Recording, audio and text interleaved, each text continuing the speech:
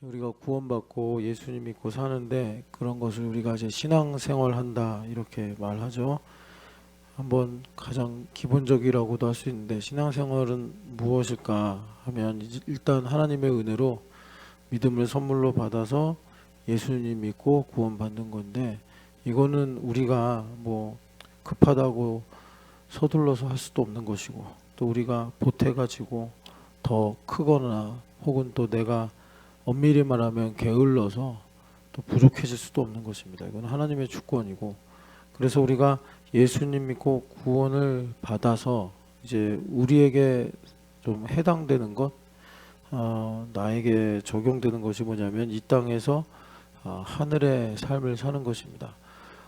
예수님 믿고 구원받은 것, 그런데 내가 하늘의 삶을 살지 않고 땅에 속한 삶을 살면 이제 고달픈 겁니다.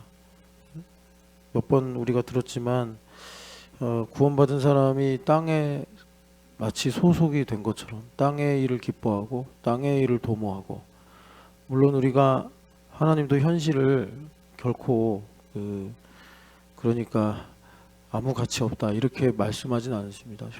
현실이 중요하죠. 우리는 현실이 먹고 사는 문제 때문이 아니라 하늘에 소속이 되어 있기 때문에 현실이 참 중요하다라고 우리는 말을 하는데, 이제 이거하고 약간 종이 한 장 차이 같은데, 그냥 땅만 보는 사람, 땅에 내 그 적을 둔 것처럼 사는 사람은 참 이 믿음 때문에 고달픕니다. 고달퍼요. 다 야속하고 막 이런 느낌이에요. 고통이 절대적으로 크다기보다 뭔가 계속 목마른 상태, 만족이 없는 상태. 이제 그럴 때는 가장 근본적으로 내가 어디에 소망을 두고 있는가. 그런데 그게 힘든 이유는 정확하게 근본적으로 말하면 내가 하늘의 소속에 있기 때문에 그렇습니다. 땅에 소속인 사람, 그러니까 구원 안 받은 사람, 정말 그 사람 땅에 이렇게 소속이 되어 있는 사람은 이 땅의 일로 몰입하고 막 그렇게 살아도 고통스럽지가 않아요. 그러면 예수님 믿으려고 하겠죠. 그런데 예수님을 믿어서 구원 받았는데 저기 담비처럼 어려서부터 그냥 부모님 손잡고 교회 다녔다거나 아니면은 그냥 어떻게 동네 교회 다녀가지고 믿음이 생겼어요. 그런데 신앙생활의 정의가 살짝 빗나가가지고 하늘의 삶을 살지 않고 땅에 소속이 된 삶을 사는 걸로 이렇게 빌드업이 돼버리면 참 그 내내 힘듭니다. 힘들어요. 우리는 보통 이제 돈이 충분해야 걱정이 없다. 돈이 충분하면 삶이 편해진다. 우리가 최근에 좀 어려웠는데 하나님이냐 돈이냐 뭐 이런 책들 좀 이제 살펴보면서 이게 원래 진리가 아니라 세뇌된 거구나. 내가 수없이 소비하고 뭐 저축하고 돈 벌고 또 빚 갚고 이렇게 일상 중에 반복되는 일들, 그런 것들을 살면서 이 이데올로기로 말미암은 체제라는 것이 우리를 정말 그 시계 속에 있는 태엽처럼 부품화 시켰구나. 그래서 나도 모르게 그냥 내 안에 이제 알고리즘 같은 게 있어가지고 최적화해서 반응을 하고 사는구나. 이제 우리가 이런 걸 좀 봤단 말이에요. 그런데 여하튼간에 그래가지고요, 우리가 이 땅에 속한 삶을 살려니까 너무 힘든 거예요. 기쁨도 없고 소망도 없고 그렇게 되더라라는 것입니다. 그래서 우리가 그 신앙생활을 제대로 정의하고 살아야 되는데, 신앙생활이라는 건 뭐냐, 다시 한번 말씀드리면 예수님 믿고 구원받아서 이 땅에서 하늘의 삶을 사는 겁니다. 그러니까 하늘의 삶을 사는 것은 우리가 죽기 전에는 하늘에서 사는 게 아니라 이 땅에서 사는 거예요. 그렇기 때문에 우리가 현실을 사는데 쾌락주의자들처럼 그냥 불나방처럼 한순간의 기쁨, 한순간의 만족, 한순간의 희열을 위해서 올인을 하고 사는 게 아니라, 그 전도서에서도 주제로 말씀하신 것처럼 그 순간순간이 소중한 이유는 카르페 디엠 때문이 아니라, 순간순간이 소중한 이유는 그 순간순간 속에 영원성이 있기 때문에 그런 겁니다. 영원성이 있기 때문에. 그래서 아무리 작아도 아무리 보잘것 없어도 예수님 믿는 사람은 영 안 열렸으면 거기에도 그리스도가 계시고 거기에 하나님의 섭리가 계시고 하나님의 나라가 있기 때문에 우리가 그 순간순간을 소중하게 하나님을 가까이 하면 할수록 주일 예배나 또 내가 교회에서 받은 직분만이 아니라 정말 지극히 나의 개인적인 것이다 라고 할 수 있는 그런 것까지도, 심지어 구원받은 사람은 내가 버리고 싶은 것까지도, 이건 정말 쓰레기고 너무 추하고 이거는 너무 부끄러운 일이다 라고 하는 것까지도 우리는, 그러니까 이것까지 하나님께서 속량하셔서 자기의 영광을 위해 사용하시기 때문에 우리가 그것을 세상 사람들처럼 뭐 묻어두고 또 없는 셈 치고 외식한다고 그러잖아요. 그렇게 살 수가 없게 된다, 이렇게 이제 신앙생활을 이제 말할 수가 있습니다. 그런데 이제 우리가 성경에서 보면은 다른 복음의 문제를 바울 사도가 아주 그 진절머리나게 반대를 하잖아요. 그 바울 사도가 그렇게 막 그 적개심이 드러날 정도로 뭐 심지어 개라고까지 하시니까요. 그러니까 그렇게 표현할 정도면 이분이 다만 감정적인 것이 아니고, 그 사람들이 사실은요, 여러분 유대인이면서 크리스찬들일 거예요. 아마 뭐 그렇게도 말씀하셨고 실제로 그렇기도 하고요. 그래서 바울 사도가 사랑장을 쓰신 분인데 웬만해서 뭐 나쁘다고 그렇게 비방할 정도가 아니신데, 이분이 그렇게 한 거는 그만큼 해악이 너무 크기 때문에 그 부분에 대해서 실하노라기만큼도 타협하길 원하지 않으셔서, 그들이 가지고 있는 여러 장점들이 있을 거고 또 그들이 뭐 자랑하는 것도 있을 텐데, 바울 사도가 거기에 대해서 1절 하나도 동의하고 싶지 않은 것은, 이 다른 복음이 갈라디아서에도 나오고 고린도 후서에도 나오지만 이게 이제 모든 걸 다 부패하게 만드는 이런 전염성이 있기 때문에 본질을 다 이제 무너뜨린다는 거죠. 그 다른 복음이 뭐냐, 뭐 우상 숭배하자, 뭐 하나님 말씀을 거꾸로 가르치는 것, 이런 게 아니고 되게 좋은 건데, 예를 들어서 대표적인 게 할례인데, 할례는 여러분 아시겠지만 디모데는 할례를 베풀었고 바울 사도가 디도는 똑같은 제자인데 안 했단 말이에요. 그러니까는 바울 사도가 이 상황에 맞게 고린도전서 9장의 말씀처럼 율법이 있는 자에겐 율법이 있는 대로 행동하고 율법이 없는 자에게는 율법이 없는 대로 행동하고, 이게 이제 목회 현장에서 많이 나와요. 그러니까는 율법이 있다, 예물에 대한 의식이 있다. 그래서 이 사람은 예물을 안 하면 무의식이든 의식이든 정죄를 받을 만하다. 그러면 제가 예물을 하라고 그러죠. 예물을 해야 된다고. 마귀가 틈을 타든지 뭐 이럴 수 있으니까. 그런데 전혀 예물에 대한 의식이 없어요. 전혀. 그런 사람한테는 전혀 얘기를 안 합니다. 목사님 우리 교회도 예물 안 하는 사람 있어요? 예, 있어요. 예물. 여러분 우리가 11년 전에 시작할 때 뭐 제가 교회가 어려워서 그런 게 아니라 우린 리얼리티가 중요하다. 리얼리티 없으면 아무것도 아니다. 내가 아무리 그 예수님 11조를 갖고 인과 신과 의라고 하셨잖아요. 사랑, 정의, 믿음, 이 세 가지, 이게 이제 예물의 근본이다 이러셨는데, 이게 뭐 머릿속에 충만해요. 그런데 회향과 채소와 박하, 그러니까는 이게 뭐냐면 여러분들이 라면 스프 넣을 때도 11조를 한다 이겁니다. 사소한 거. 여러분 샐러드 만들 때도 11조를 한다는 거예요. 그러니까는 바리새인들이 그러고 살았거든요. 근데 그런 정말 디테일한 예물이 없으면 사소하다고 여겨질지라도 그 예배가 아닌 거예요. 그 구약에서도 하나님께서 우리의 체질을 잘 아시기 때문에 너희들이 가난하냐? 가지고 올 게 없냐? 산에 가서 비둘기라도 잡아와라. 주님 그러셨어요.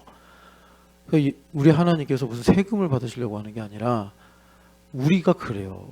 그러니까 목사님 왜 하나님이 영이신데 예물을 꼭 받으시려고 그럽니까? 그러니까 여러분들이 아직 잘 모르면 이제 자기식대로 성경을 끌어서, 제가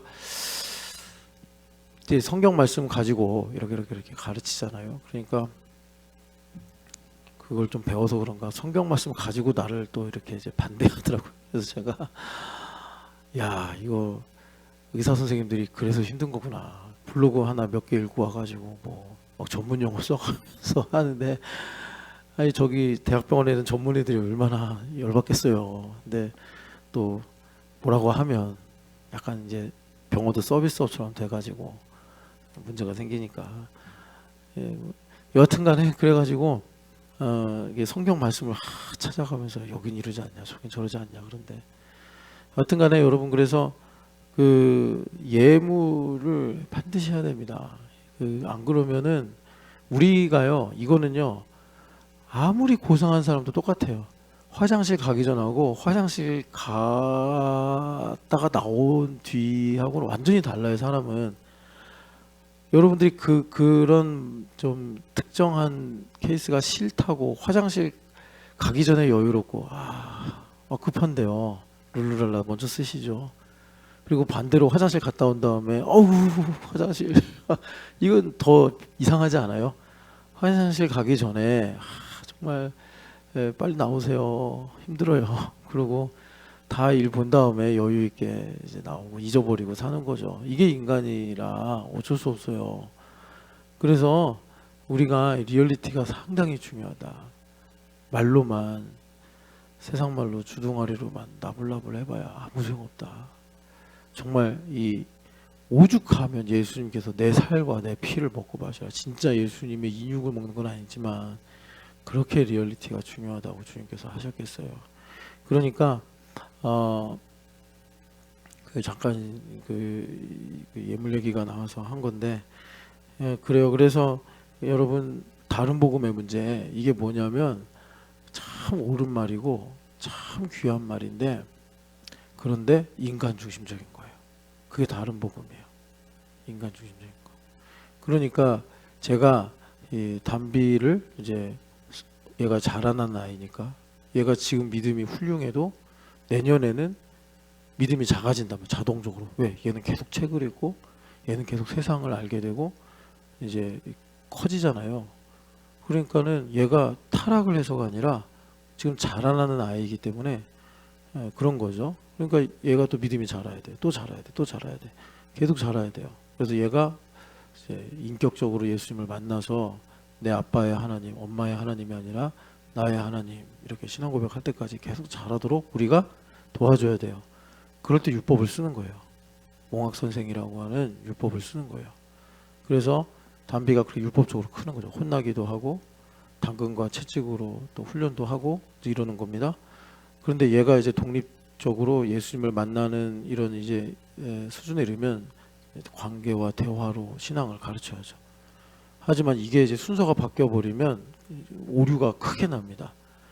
율법으로 가르쳐야 될 때 관계로 가르치려고 그러고, 관계가 이제 돼야 될 때 율법으로 가르치려고 그러면 엄청 이제 소모적인 갈등이 심해지죠. 부모님들은 자녀를 신앙으로 교육할 때 그런 흐름, 그 타이밍, 이런 것들을 아주 예술적으로 잘 해야 돼요.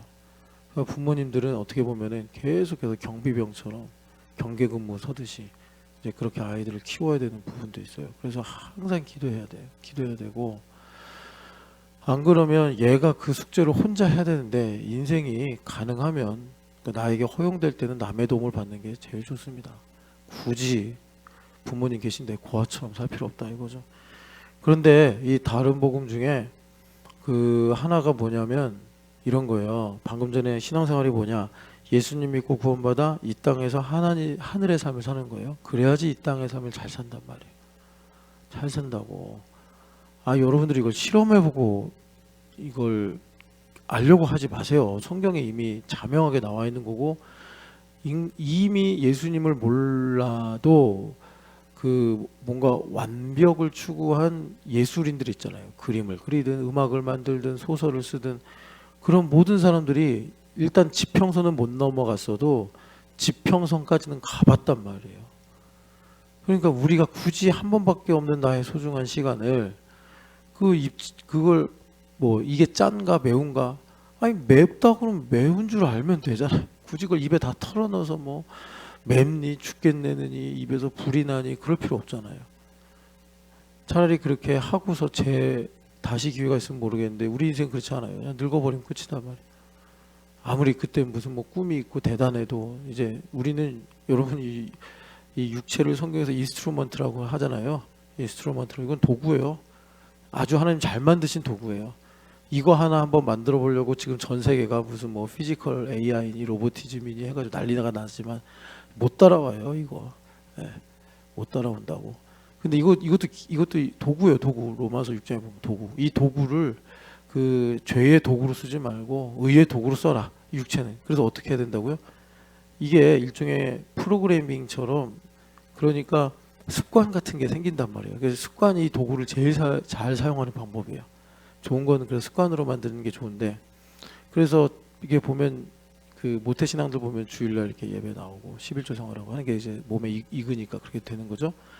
그래서 바울 사도가 어떻게 못된 습관도 있잖아요. 그러니까 쳐서 복종시킨다.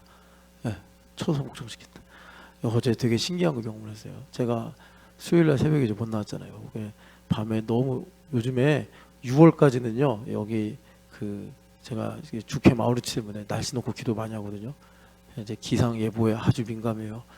근데 우리나라 상공에 큰 고기압이 있대요. 그러니까 찬 대기, 차가운 대기가 지금 딱 위에 있어서 요즘에 가을 날씨 같은 거래요. 아, 저는 너무나 감사한 게, 좀 미안하긴 하지만 지금 유럽은 난리가 났거든요. 일주일째 40도가 넘어요. 낮에 통행 금지, 휴교령 난리예요. 에펠탑도 뭐 오후 2시인가 그때 문 닫는데 너무 더워서. 그래가지고 관광객들이 일생에 한번 버킷리스트 하러 갔다가 에펠탑도 못 보고 그냥 파리에서 뭐 그런다고 하더라고요. 근데 우리나라는, 그래서 남의 불행 때문에 기뻐하는 건 아니고요. 우리나라는, 저는 사실 이제 세계사 배우면서 유럽 애들 나쁜 놈들이네 이 생각이 좀 있어요. 다 약탈해가지고 아프리카의 부, 아시아의 부를 다 가져갔잖아요, 자기네로. 그래서 유럽에 가면요 아름답긴 하죠. 승질나요, 좀 보면서. 한 번밖에 안 가봤지만 이거 다 아프리카 애들이, 유럽 애들이 아프리카 내려오기 전까지 아프리카는 천국이었어요. 농사 안 짓고 살아도 됐어요. 맨발로 막 과일 따먹고 사냥하고 그래도 충분했는데, 얘네들이 와가지고 아우 잔인한 일들 많이 했어요. 근데 여하튼 간에 그래서 벌 받는다 이런 건 아니고, 여하튼 그런데 지금 아주 살기 힘들대요. 그래서 40도, 45도, 어디는 뭐 프랑스는 아니야 스페인은 45도. 근데 우리나라는 요즘 가을 날씨 같잖아요. 근데 이게 딱 6월 말까지래요. 태풍이 올라온대요 지금. 그래서 태풍이 우리나라로는 안 오고 일본으로 가긴 할 건데, 이 태풍이 워낙 크니까 이 지형도를 바꿀 거래요. 근데 그 뒤에 어떻게 될지는 모르는데, 상식적으로는 이제 북태평양 고기압이 올라온대요. 북태평양 고기압이 올라오면 7월부터는 장마래요. 좀 더워지면서 습해지겠죠. 훨씬 더. 이제 그렇게 된대요. 그래서 축캠 때 장마가 오겠구나 이 생각하면서 일단 비가 올 거라고 예상하고 단단히 준비하고 있는데, 그러니까 우리가 이 다른 복음의 문제가 뭐냐면, 이 땅에서 하늘의 삶을 사니까 이 땅이 중요한 건데, 하늘의 삶이 아니라 이 땅에서 잘 살아보세요 이렇게 돼버린 거예요. 하늘에서가 빠지고 다른 복음이 뭐냐면 이 땅에서 잘 살아보세요. 그러니까 그게 초반에 우리나라가 성도들한테 이제 봉사도 시켜야겠고 말씀도 배우게 해야겠고 교회도 열심히 나오게 해야 되니까 율법적으로 동기부여를 한 건데, 그거를 상쇄할 수 있도록 그 다음에 이제 그러니까 이제 교회됨을 이루고 제자됨으로 살아가게 해야 되는데, 이제 그걸 놓친 거죠. 그래서 그게 그냥 우리나라의 약간 상수처럼 남아버렸어요. 예수님 믿고 잘 살아보세요. 예수님 믿고 좋은 대학 보내보세요. 예수님 믿고 문제 해결해보세요. 예수님 믿고 뭐 또 뭐가 있나, 하여튼 잘 살아보세요. 이쪽으로 가는 거예요. 새마을운동하고도 비슷하게. 우린 그게 아니고 예수님 믿고 구원받아 이 땅에서 하늘의 삶을 사는 거예요. 이제 그런 것들을 우리가 흔히 이제 예수님을 위해 산다 뭐 이렇게 이제 말을 하는 건데, 요걸 좀 우리가 이게 0점을 조정하듯이, 우리 군대 나온 형제들 총의 0점을 잡잖아요. 0점을 잡듯이 우리 믿음의 이 좌표를 정확하게 정해야 되는데, 오늘 여기 4장 1절을 보면은 두려워하자, 이게 핵심이에요. 두려워하자. 왜 두려워해야 되느냐? 이 두려워하는 게 우리 신앙에서 참 중요합니다. 이게 무슨 뭐 우리가 부정적으로, 그러니까 네거티브하게 뭐 무서워하면서 살자 이런 얘기가 아니고, 성경에 이제 그냥 문자적으로만 보면 그런데 이제 깨어 있자 이제 이런 말씀이죠. 그래서 예수님께서 누가복음, 제가 정확하게 몇 장인지 지금 기억은 안 나는데 아마 12장인가 쪽으로 알고 있는데, 예수님께서 그 누가복음에는 이 제자도에 관한 말씀이 많아요. 그래서 우리도 9장 52절인가 62절 쟁기를 잡고 뒤를 돌아보지 마라, 우리 교회 두 번째 말씀입니다. 그런데 그 누가복음에 보면은 여기 무리하고 제자를 가름하는 장이 있어요. 그 중에 하나가 사람을 두려워하지 말고 죽은 뒤에 지옥에 던져 넣으실 수 있는 하나님을 두려워해라. 하나님을 두려워하는 사람이 제자들, 사람과 세상을 두려워하는 사람들이 무리예요. 여러분, 우리는 제자도의 교회니까 하나님을 두려워해야 돼. 그래서 그 하나님께서 허락해야지 참새도 이제 그렇게 아싸리온에 팔리는 거다, 이렇게 예수님께서 말씀하시는데 두려워해야 된다. 이 두려워한다는 거는 우리가 무슨 뭐 덜덜덜, 물론 성경에도 또 떨림으로 이런 말씀도 있긴 한데, 그러니까 우리가 소극적으로 티미드하게 사는 게 아니고 두려워한다는 거는 성령 하나님 앞에 민감하게 깨어 있어야 된다, 이런 것입니다. 그러니까 어떤 어려운 일이 생겼어요. 그럼 그걸로 우리가 걱정하는 게 당연하죠. 정죄받고 걱정하는 게 당연한데, 내 안에 성령 하나님 계신 걸 우리가 인지하면 성령 하나님 두려워서 그렇게 함부로 걱정하지 않아요. 성령 하나님 계신 걸 알면 함부로 내가 내 맘대로 충분히 슬픈 일이더라도 슬퍼하게 되지 않아요. 뭐 그뿐만 아니라 이제 말이나 행동도 마찬가지죠. 그래서 두려워하자, 여기 이제 두려워할지니 이렇게 나와 있는데, 사실은 문법적으로 let us fear 이거예요. 두려워하자, 우리 두려워해야 돼, 이렇게 지금 히브리 기자가 말씀하시는 거예요. 왜 그러냐면 그 앞에 이 하나님의 음성을 듣는 문제 때문에. 그런데 여러분, 그 8절 15절 그리고 4장에서도 반복하시는데 하나님의 음성을 듣거든, 오늘 하나님의 음성을 듣거든 마음을 완고하게 하지 마라. 이걸 다윗 왕이요, 시편 95편의 미르바 사건, 그러니까 그 이스라엘 백성들이 그렇게 막 마음이 완고해졌던 거 있지 않습니까? 그걸 이렇게 묵상하면서 다윗 왕이 성령 하나님의 감동을 받은 거예요. 그래가지고 그날의 그 사건은 옛날 일이 아니라 오늘이라고 일컫는 매일 우리에게 하나님께서 주신 말씀이구나. 그래가지고 다윗 왕이 시편에 신앙 고백하면서 찬양하기를 이렇게, 너 오늘 너희가 그의 음성을 듣거든 광야에서 그렇게 하던 것처럼 마음을 완고하게 하지 마라. 그러면서 히브리 기자가 이것과 이제 그 안식의 문제를 연결시켜 버리는 거죠. 그래서 성령 하나님께 민감하게 깨어 있어서 마음이 완고해지지 않도록 너희들이 이제 선택을 잘해라, 이런 말씀을 하는 겁니다. 그런데 여러분 아시겠지만 뭐 엄청난 일이 와서 마음이 완고해질 수도 있는데, 지금 여기 새벽 예배에서 예배하시는 분들 온라인으로도 계신데, 여러분 그 나시린법 보면, 민수기 6장 보면 나시린은 일단 독주나 포도주를 마시지 마라 그래요. 그러시면서 포도 열매도 먹지 말고, 그 다음에 포도로 만든 기름이나 초도 마시지 말고, 더 나아가서 건포도도 먹지 말고, 그 다음에 포도로 만든 과자도 먹지 말고, 뭐 이렇게까지 말씀하십니다. 이게 거룩의 그 초격차에 관련된 이야기인데, 그러니까 우리 여기 새벽 예배 하시는 분들은 그냥 이럴 수 있어요. 그냥 퇴근하고 즐겁게 교회 오는, 이제 퇴근하고 집에 가는데 그냥 마음이 완고해질 수도 있어요. 그럴 때 그냥 그 마음에 대부분 끌려가요. 그냥 기분이 안 좋아서.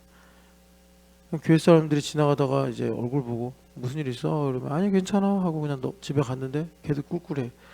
기도 안 하고 놔두면 내일 가면 내일 더 완고해지고, 그 다음에 가면 살맛도 안 나고 막 낙심이 되고, 나중에 이제 그 기도하고 살펴보면요, 왜 그런지 이유가 있어요.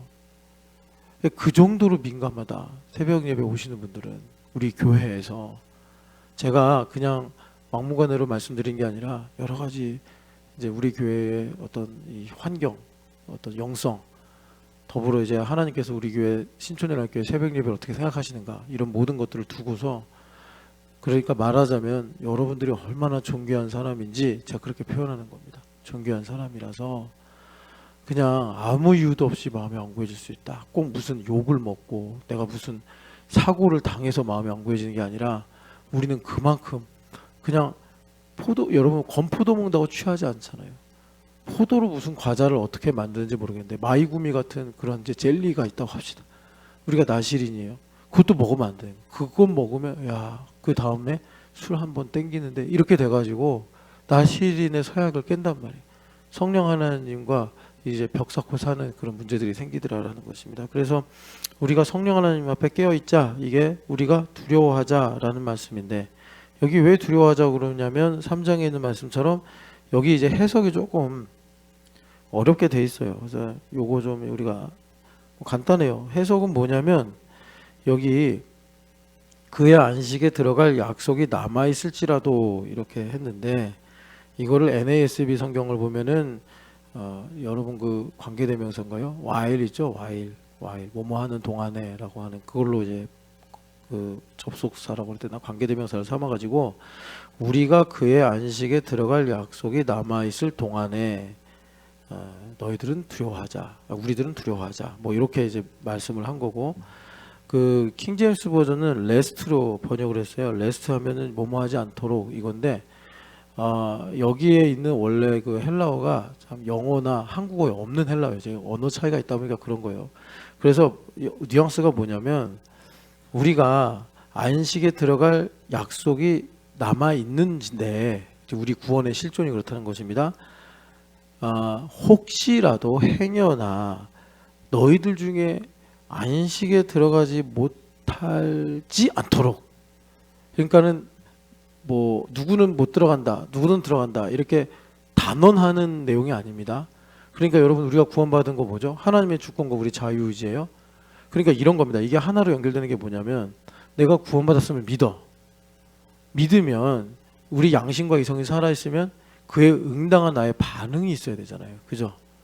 내가 누구한테 1,000,000원을 빌렸어요. 그러면 그 빌린 것에 대한 내가 보편적인 이성과 양심과 건전한 이성을 가지고 반응해야 될 그런 게 있잖아요.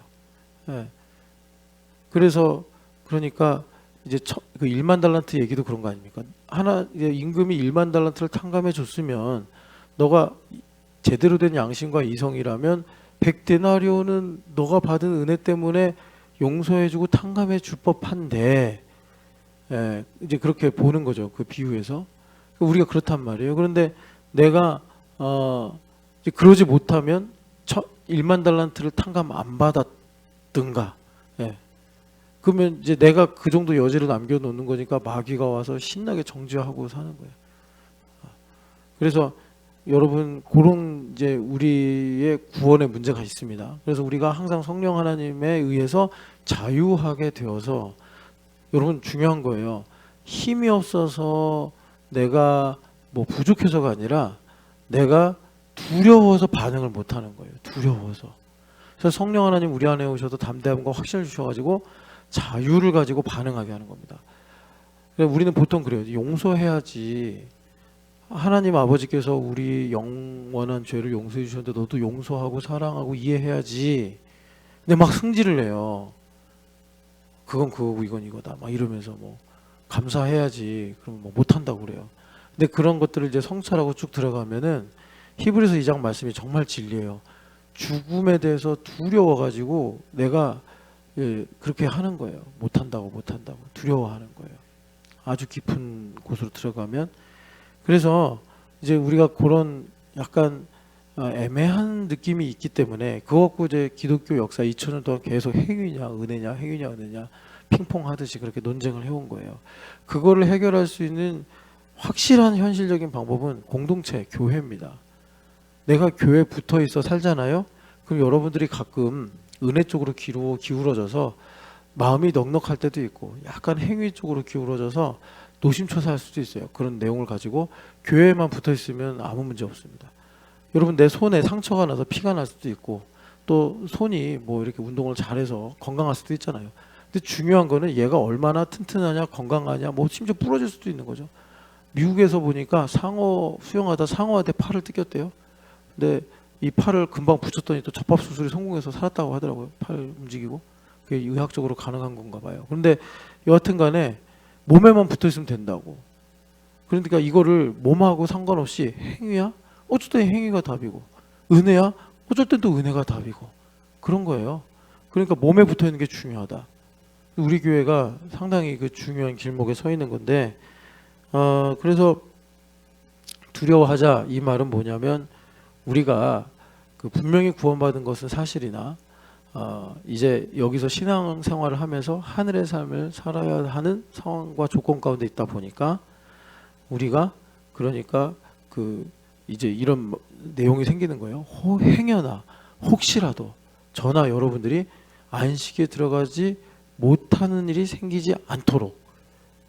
죽어야지 약속이 남아있지 않은 상태가 되는데 살아있잖아요.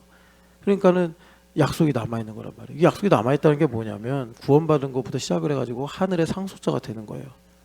하늘의 상속자가. 그런데 그건 또 하나님의 예정하심이고 하나님의 영광을 위해서 그렇게 계획을 하신 거예요. 그러니까 여러분 구원받았는데 그냥 상속자로 안 살면 안 돼요. 이럴 수 있는데 여러분 그 김단비가 김씨로 태어나서 김씨로 사는 거 아닙니까? 그거 하나란 말이에요. 구원받은 거고 상속자로 사는 건 하나라고. 그거 그렇게 김밥 자르듯이 딱 잘라가지고 이쪽은 이거 이쪽은 그거 이렇게 할 수 없어요. 김밥 꼬다리처럼 잘라가지고 버릴 수가 없다고. 한 통이란 말이에요. 한 통. 그래가지고 구원받은 게 확실하면 상속자로 사는 게 기쁘다고. 단비가 그 김진춘 목사님의 딸로 태어나서 김진춘 목사님을 기뻐하고 사는 게 하나잖아요. 예? 아빠로 둘이 비슷하게 생겨서 하고 있는데 그렇게 사는 거잖아요. 그런 거라고요. 그러니까 여러분 하나님의 자녀이기 때문에 하나님 나라의 명예와 그 전통과 그 역사와 그 영광과 이런 걸 우리가 부귀영화 이런 걸 누리고 사는 게 당연한 거라고요. 그걸 따로 국밥처럼 떼어서 생각할 수 없는 거라고. 근데 우리는 이제 좀 이 뭐랄까 정말 구원받은 게 감사한 게 아니라 이런 마음을 가지세요. 이런 마음 가지시면 안 돼요. 왜 내가 원하지도 않는데 구원을 시켜놔가지고 이 땅에 사는데 이렇게 나로 복잡하게 사는 거야. 하나님 복잡하신 게 아니에요. 담비야, 김진춘 목사님의 딸로 사는 게 복잡해? 아니지. 만약에 얘가 이제 김 목사님이 아이고 신집사님 딸이 하나도 없네. 우린 딸이 셋인데 하나 가져가시오. 옛날에 그런 집들 있었잖아요. 작은 집에서 큰 집으로 입양 보내듯이. 그래서 신집사님네로 김담비를 입양 보내. 얘 공부도 잘하고 괜찮다고. 그 김담비 인생이 복잡하죠. 갑자기 신담비가 되니까. 그냥 막 보배야 보고 싶다 이러면서 복잡해지지. 그러니까 여러분 이게 복잡한 게 아니에요. 내가 복잡한 거지. 아빠를 사랑하고 아빠를 존경하면 되는데, 엄마 사랑하고 엄마 존경하면 되는데, 내가 사춘기 때 자아가 확장되다 보니까 이게 정리가 안 되면 사춘기 때 딱 정리해서 20살쯤 갈 때 낳아주신 것만으로 충분하네. 이제 난 내 인생 살아야지. 이렇게 가버렸어야 되는데 한국에서는 엄마 아빠들이 놓칠 못해요. 그래가지고 계속 이제 가스라이팅 하듯이 요즘에 그래가지고 여러분 무서운 게 학원으로 다 가르치다 보니까 로스쿨 다니는 애들도 학원 다니고 의전 다니는 애들도 학원 다니고 참 문제요. 여하튼 그래서 여러분 그 문제는 절대 복잡한 게 아니다. 그래서 우리가 그러니까 다시 말씀드리면 이제 안식에 들어갈 약속이 남아있다. 여러분들에게 상급이 있고 상속이 있고 하나님 나라의 비전이 있는데 이런 것들이 남아있는 상태이기 때문에 하나님께서 우리를 그러니까 그 뭐라 그럴까 우리한테 자유의지를 계속 허용하시는 거예요. 자유의지를. 어제 김현우 목사님 만났는데 김현우 목사님이 얼마 전에 이제 샤오미 거 태블릿 샀대요. 목사님 이거 얼마나 싼 줄 알아요. 그래서 저 이제 아이패드잖아요. 그래서 뭐 그게 얼마나 좋겠어. 난 하나도 안 부러운데 그랬더니 뭐 막 엄청 좋대요. 막 그러더니 최근에 어제 와서 그러더라고요. 하나도 안 좋다고. 뭐 하이엔드에서 떨어진대요. 이게 뭐 UI도 어쩌고 저쩌고 막 또 전문 용어 쓰면서 샤오미 괜히 샀다고 막 그러더라고요. 그러니까 중국에 되게 많고 다양한데 써보면 아직 삼성이나 애플만큼 이게 끝에 와서는 안 된다. 뭐가 이상하다. 그래서 자기는 이거 사가서 피파만 하고 있다. 그러더라고요. 그런데 하여튼간에 여러분 중국 제품처럼 살지 마시고 그래서 여하튼 여기 보시면 그래서 주님께서 우리에게 말씀하신 게 하이엔드가 어디까지 가야 되냐면 말씀과 믿음이 우리 교회 유나이트잖아요. 여기 결부가 유나이트예요. 유나이트 돼야 된다.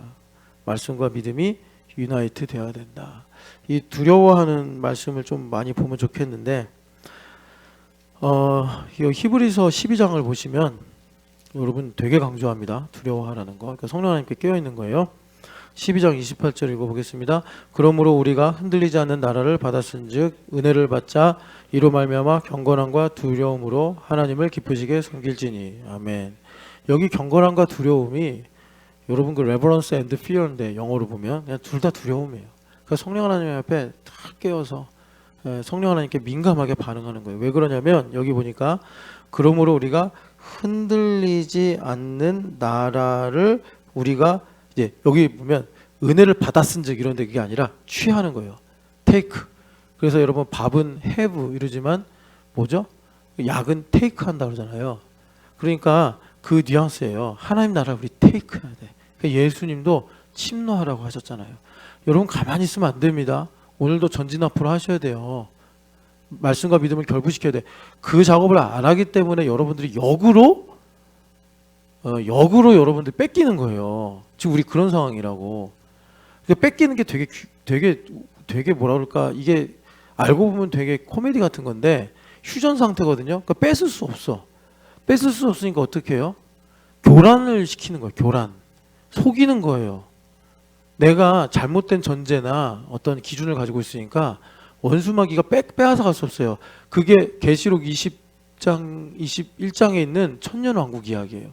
그러니까 무적행에 쳐넣어버렸기 때문에 예수님께서 얘네들이 우리 걸 뺏어갈 수 없는데 유일하게 합법적으로 뺏어갈 수 있는 게 내가 자필로 사인하는 거예요. 근심 걱정이라는 이 계약서에 내가 사인을 해버리는 거예요. 두려움 사인해버리는 거예요. 그러면 그 이면에 원수마귀가 신체 포기각서 같은 걸 넣는다고, 약관에.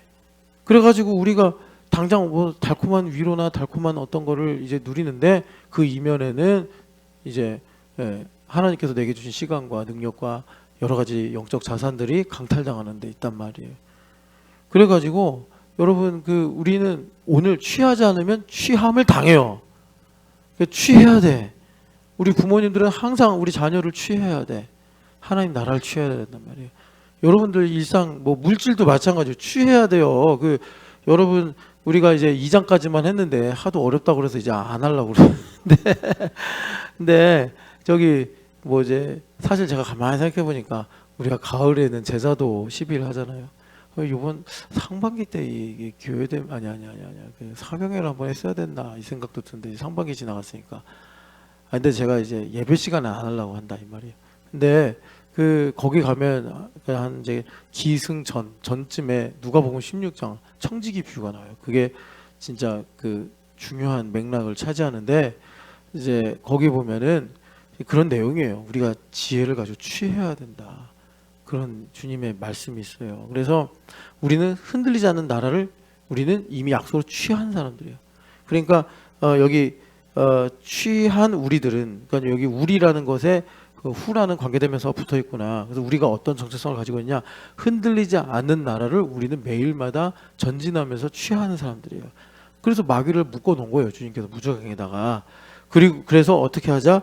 은혜를 소유한다. 이렇게 나와요. 그러니까 여기 은혜를 받자. 이렇게 나오는데 은혜를 소유한다. 그러니까 우리 은혜 지배 아래 있다. 다 은혜다. 다 은혜다. 깜깜한 것도 은혜고 하얀 것도 은혜고 다 은혜다. 그래서 여기서 이제 이로 말미암아, 그러니까 은혜를 통해서 우리는 경건함과 두려움으로, 빌립보서에서 보면은 두려움과 떨림으로 똑같아요. 그러니까 그 성령 하나님 앞에 민감하게 깨어 있어서 이게 하나님을 기쁘시게 섬길지니, 이 말씀은 뭐냐면 여러분 로마서 12장 1절에 우리의 몸을 거룩한 산 제물로 드리자 이는 영적 예배니라 그러죠. 그러니까 우리의 삶을 영적 예배로 드려야 된다라는 겁니다. 우리의 삶을 여기 기쁘시게 섬기다라는 말을 여러분들이 이제 제가 그냥 대신 다 그렇게 해드리는 거예요. 그러니까 우리가 성령 하나님께 민감하게 깨어 있어서 악은 모양이라도 버리고 예언을 멸시하지 않고, 그래가지고 우리가 성령 하나님을 이제 기쁘시게 섬기는 건데, 왜냐하면 여기 29절 읽어보겠습니다. 우리의 하나님은 소멸하는 불이심이라. 아멘. 우리 안에 성령 하나님 계셔서, 성령 하나님, 이거 이제 여러분 아시겠지만 신명기 4장 24절 말씀 인용하신 거예요. 거기 뭐라 그러죠? 불 가운데서 하나님께서 음성으로 말씀하신 다음에 자기를 뭐라고 소개하시냐면 나는 소멸하는 불이요 질투하는 하나님이다 그래요. 그러니까 지금 3장부터 4장하고 딱 맞아 들어가는 거예요. 그래서 성령 하나님께서 우리 안에 하나님의 질투, 하나님의 열심이 뭐죠? 자기 영광을 다른 신에게 주지 않겠다는 거예요. 그걸 내 안에서부터 시작하는 거예요. 그래서 성령 하나님께서 내 안에 우상이 드러나면 홀라당 다 태워버리는 거예요. 내가 자식을 하나님보다 더 사랑하면 홀라당 태워버리는 거예요. 근데 그게 일장일단으로 당장 오지 않아요. 그럼 우리가 요행을 배우거든요 또. 그러니까 하나님은 기가 막힌 정말 탁월한 모략으로 나를 구원하시기 위해 이 수많은 머리털 중에 나 중심의 머리털은 하나님 중심의 머리털 하나도 상하지 않고 내 중심의 머리털만 탁탁탁 골라서 태워버리신다고 비유하자면. 그러니까 어쩔 때는요 긴 시간의 테스트를 통해서 이런 거예요. 여러분들이 만약에 욥처럼 그냥 내 거 자식도 내 거, 뭐도 내 거, 다 내 거, 돈도 내 거, 뭐 인생 내 거도 내 거, 다 내 거, 다 내 거 막 이러잖아요. 그러면 마지막에 어떻게 하냐면 헛되고 했더니 모든 것이 헛되도다. 그 말하고 죽는다니까요. 하나님 그렇게라도 하세요. 그렇게 해야지 구원이 되지. 죽으면서 내 자식은 내 거야 이러고 죽어봐요. 그 구원 받았는지 안 받았는지 그거 저도 몰라요. 일단 드러난 거는 구원 안 받았네 이렇게 가는 거지. 근데 모르는 거죠. 그러니까 여러분 죽기 전에 이거 다 정리하고 가야 되는데 성령 하나님께서 긴 시간 동안 그 작업을 기가 막히게 하시는 거예요. 그래서 제가 다시 한번 말씀드리는데 우리는 이 땅에 살면서 하늘의 삶을 사는 사람들이에요. 하늘의 삶을 살아야 돼. 하늘의 삶은 뭐예요? 다 하나님 거예요. 다 하나님 거.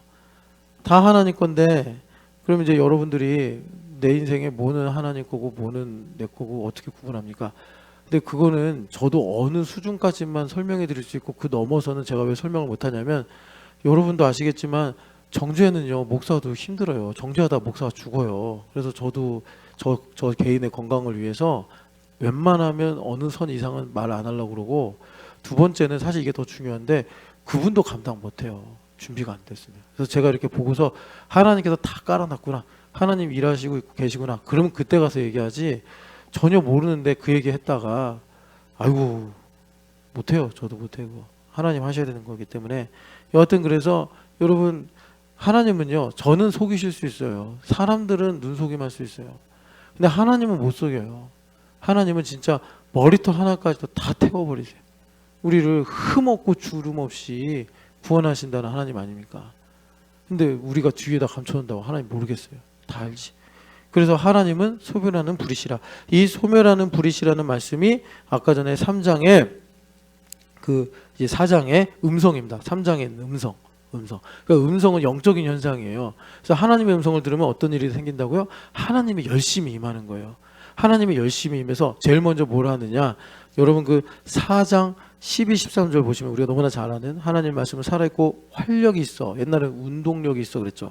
이 운동력이라는 게 뭐냐면 그냥 운동한다는 게 아니라 그러니까 효과적이다. 이펙티브하다 이거예요. 그러니까는 살아있는 말씀이 들어가면 김현빈에게 이펙티브해지고 문찬영에게 이펙티브해지는 거예요. 그러니까 개인에게 커스터마이즈 되는 거예요. 여러분 이해가 되시죠? 말씀이 텍스트 했을 때는 이게 커스터마이즈가 된 게 아니라 객관적이고 진리인 말씀인데 객관적인 말씀 진리의 말씀인데 이제 나에게 적용되는 말씀이 되는 거예요. 살아있는 말씀은 우리가 이제 교회가 되어서 우리는 주와 종의 관계, 교회에 다니면 주와 종의 관계예요. 그럼 항상 우리는 들음이 있다고. 그래서 계시록 2장 3장에 보면은 성령이 교회에게 하시는 말씀을 들을지어다가 주제란 말이에요. 그러면 그 말씀이 이제 내 안에 들어오죠. 그러면 이제 여기 보니까 어떤 좌우의 날선 어떤 예리한 검보다도 날카로워서 영과 혼을 찔러 쪼개고 그래서 어떻게 하는 거예요? 내 안에 있는 우상을 끄집어내는 거예요. 핀포인트로 외과 의사처럼 찝어내는 거예요. 나를 계속 열심히 살아도 가난하게 만드는 우상, 미움의 우상, 근심의 우상 이런 것들을 드러나게 하는데 그런 것들을 현실과 분리시켜서 내가 잠자는데 환상 속에서 그러면 얼마나 좋아. 마취한 것처럼. 근데 우리 하나님은 마취 의사가 아니에요. 마취 안 하셔. 은혜를 주시긴 해요. 진통제도 주시고 면역할 수 있는 이런 이제 항생제도 주시긴 하는데 마취는 안 주시더라고. 나 좀 마취 좀 하고 그런 일을 하셨으면 좋겠는데 정신이 아주 생생해요. 그 왜 그러냐면 자유의지가 있어서 그래요. 성령 하나님의 외과 수술은 자유의지가 있어야 돼. 네.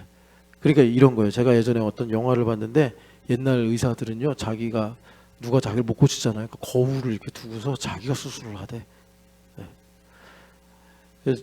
그런 일이 가능한가 봐요. 그러니까 약간 우리가 성령 하나님의 외과 수술이 좀 그래.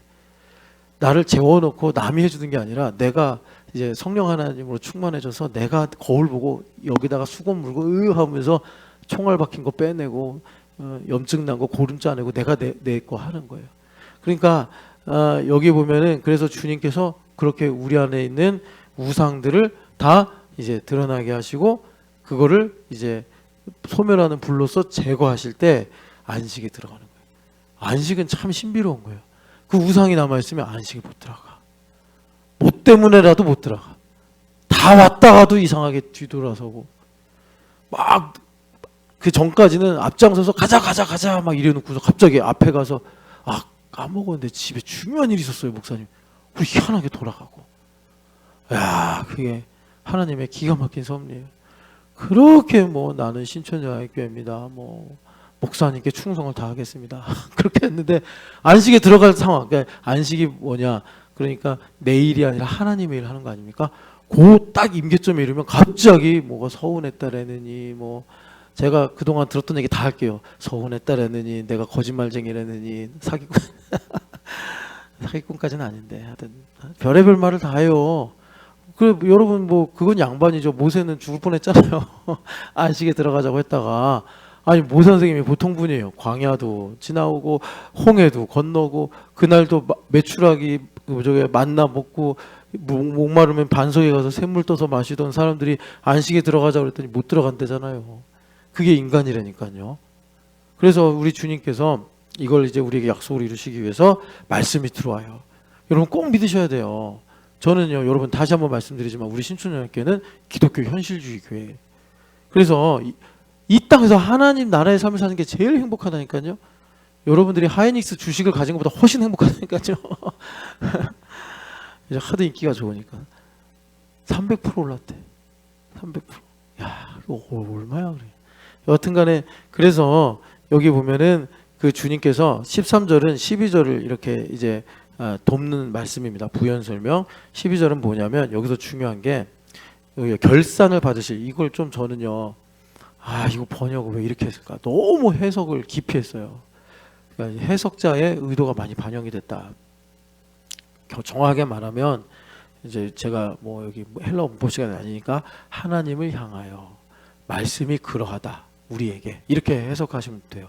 하나님을 향하여 말씀이 우리에게 그러하다. 어떤 거냐? 자 여기 13절 중요합니다. 시간이 많이 갔지만 무슨 말이냐? 만물이 벌거벗은 것 같이 하나님께 드러난대요. 이게 뭐냐면 욥기 38, 39장에 주님께서 그러잖아요. 너가 땅의 근원을 아냐? 바다의 근원을 아냐? 하늘의 근원을 아냐? 그러니까는 하나님 이렇게 보시면 창조주시기 때문에 만물이 벌거벗은 것 같이 드러난다고.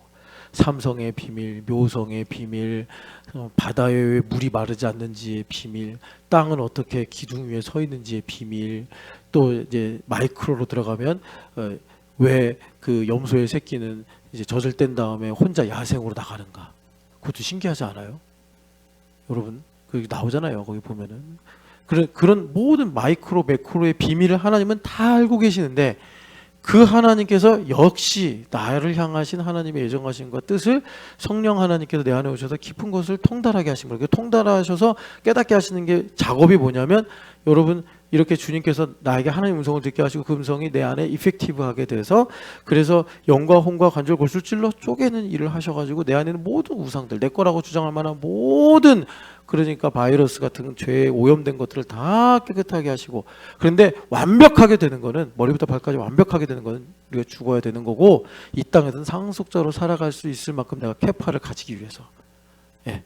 그래서 그렇게 내가 이제 하나님 앞에 이렇게 되는데 여기서 중요한 거예요. 그럴 때 우리가 사실 약간 도킹하는 상황이기 때문에 원수마귀 그때 꼭 참견을 해요.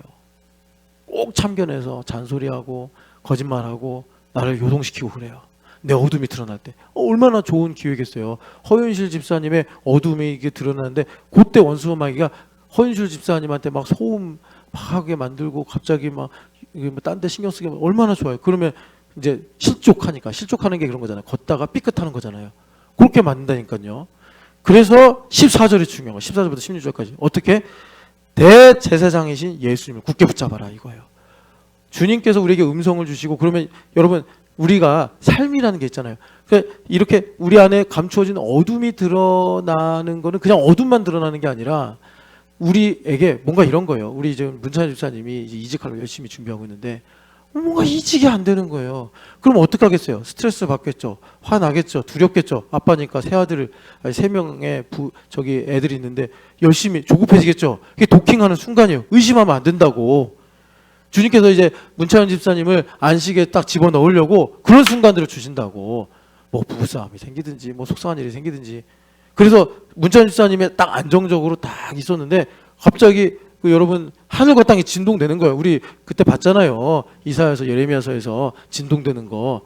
지각 변동 하나님 이렇게 살짝 혹 크게 일으키신단 말이에요. 그러면 이제 문 집사님이 막 이런 생각도 듣잖아요. 정죄받아서 난 아빠로 차서 자격이 없나 봐. 뭐 난 여기까지인가 봐. 뭐 이런 생각 할 수 있잖아요. 근데 그거 다 마귀가 주는 생각이라고. 하나님께서 언제 그러냐고요. 여호와의 큰 용사여 일어나라 이러시지. 그러면 이제 막 의욕을 상실하고 막 이렇게 되는 거죠. 그럴 때 그게 아니라는 거예요. 주님께서. 그러므로 벌거벗은 것 같이 내 안에 숨겨졌던 것들이 드러날 때 대제사장이신 예수님, 승천하신 예수님, 그분 붙잡아. 그럼 그분이 등에 해결해 주셔. 그 15, 16절이 그런 거예요. 그러려고 그때 널 도와주시려고 주님 육신을 입고 이 땅에 오신 거야. 너 다 이해하셔. 체휼이라 여기 동정이라고 그랬는데 이거 체휼이라고 체험에서 긍휼을 하시는 거예요. 아니 그러니까 우리가 신비로운 거예요. 예수님은 딱 30 몇 년밖에 안 사셨는데 어떻게 이렇게 많은 사람들의 인생을 체휼하실까? 도대체 이분은 얼마나 거대하시고 얼마나 광대하신 분이길래 33년 사셨는데 오늘도 살아계셔서 나의 인생을 체휼하신다니. 이분 존경하지 않을 수가 없는 거죠. 그래서 우리가 그때 어떻게 하는 거예요? 은혜 보좌 앞으로 들어가는 거예요. 기가 막힌 거예요. 율법과 복음이 여기서 차이가 나는 거예요. 율법은요 1년간 7가지 절기를 잘 지켜서 한 번 딱 은혜 보좌 앞으로 들어가는 걸로 주님께서 거룩의 이 모든 정점을 말씀하셨는데 복음이 이걸 확 뒤집어서 율법을 완성해서 어떻게 하는 거죠? 내 인생에 가장 위태롭고 힘들고 어려울 때만큼은 뭐 이제 뉘앙스를 말하자면 다른 때는 몰라도 너가 인생이 안 풀리고 힘들고 정죄받고 낙심하고 고립되고 사면으로 우겨싸움을 당하고 거꾸로 뜨림을 당하는 것 같을 때 그때 네가 바로 은혜 보좌로 나가야 되는 거야. 이렇게 말씀하죠. 왜? 그때 주님께서 내가 은혜 보좌로 나아갈 때 욥기 38, 39장 같은 상황을 주시는 거예요. 너가 왜 이렇게 살아왔는지 아냐? 문찬영 네가 왜 너의 아버지를 만나는지 아냐? 문찬영 네가 왜 그 새아이의 아버지가 되는지 아냐? 모르잖아. 모르고서 너는 지금 살잖아. 우리 주님께서 그러시면서 성령 하나님 영감을 받아 하나님의 예정하심을 깨닫게 하시고 하나님이 열심히 임할 때 여러분 AI가 뭐든 세상이 뭐든 여러분 하나님이 열심히 임하면 이사야서 40장의 말씀처럼 독수리가 날개치듯 그 올라가듯이 우리에게 새 힘을 주셔서 한이 없는 명철과 능력으로 살아가게 하신다 하지 않습니까? 여러분 이렇게 하나님께서 약속하신 땅을 여러분 침노하시는 거룩한 하루 되시기를 축복합니다. 사랑하는 하나님 아버지, 오늘도 우리에게 약속의 땅이 있습니다. 하나님 아버지, 지평선 너머를 두려워하지 않게 하여 주시옵시고 하나님 믿음으로 하나님 승리의 노래를 부르며 전진하는 십자가의 군대, 하나님 나라의 군대, 예수님의 군대가 되게 하여 주시옵소서. 하나님 아버지, 오늘도 우리가 이렇게 하나님 말씀을 들으며 삽니다. 하나님 아버지, 나의 마음과 생각이 드러날 때 대제사장이신 예수님 붙잡고 은혜의 보좌 앞으로 하나님 아버지 여기서는 담대하게 나아갈 수 있도록 은혜 더하여 주시옵소서. 살아계신 예수님의 이름으로 기도합니다.